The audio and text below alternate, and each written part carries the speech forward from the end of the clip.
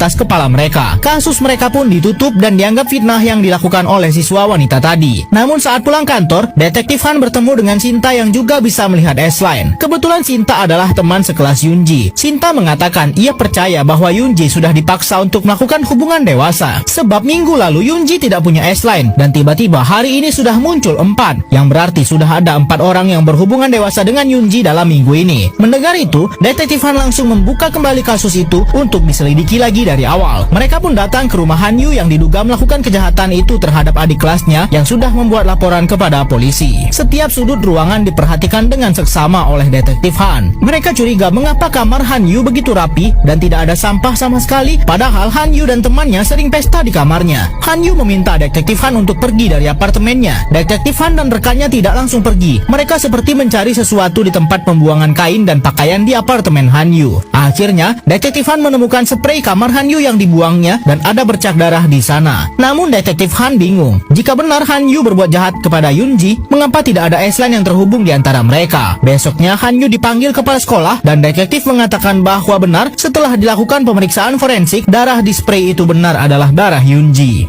Anak ini sangat kecewa berat karena laporan yang mengatakan bahwa ia sudah dipaksa melakukan hubungan dewasa malah dianggap fitnah. Tapi sekarang, detektif sudah mendapatkan titik terang. Pada spray kasur anak yang dilaporkan ini telah ditemukan bercak darah yang dipastikan milik Yoonji yang melaporkannya. Namun anak ini bersikeras bahwa ia tidak melakukan apapun pada Yoonji, walau memang malam itu Yoonji ada di rumahnya untuk berpesta bersama. Detektif Han pun melihat CCTV dan ia melihat ada 4 pemuda yang berkeliaran di sekitar apartemen tempat kejadian, dan pada jam 2:27 ada satu anak tidak memiliki S-Line. Lalu 1 jam kemudian anak-anak itu lewat lagi dan anak yang tidak memiliki S-Line tadi sudah memiliki 1 dan 3 teman lainnya juga bertambah 1. Detektif Han teringat bahwa Yoonji memiliki 4 S-Line. Maka dari itu, detektif yakin bahwa 4 orang inilah pelaku kejahatan pemaksaan hubungan dewasa kepada Yoonji. Sinta yang juga bisa melihat S-Line tak sengaja berpapasan dengan Yoonji, dan benar sekali S-Line miliknya terhubung ke 4 anak ini. Sinta akan melaporkannya kepada Detektif Han, namun ternyata ia sudah ada di sini. Keempat anak itu pun dipanggil ke kantor dan diinterogasi satu persatu. Namun tentu saja semuanya tidak ada yang mau mengaku. Detektif Han pun masuk ke ruang salah satu anak yang baru pertama kali melakukan kejahatan ini dan mengajaknya pergi. Di dalam mobil, anak itu terlihat sangat panik karena detektif mengatakan akan mengantarnya pulang tapi malah dibawa ke arah berlawanan. Anak sekolah ini terlihat sangat panik saat Detektif Han membawanya ke lokasi tempat ia sudah berbuat kejahatan kepada seorang wanita. Karena ia tak mau mengakui perbuatannya, Detektif Han sengaja ingin membuat mentalnya terguncang dulu dengan membawanya ke lokasi kejahatannya. Anak ini pun dibawa keluar namun ia malah mencoba kabur. Disinilah Detektif Han merasa rencananya sudah berhasil. Detektif mengatakan bahwa anak ini akan dihukum karena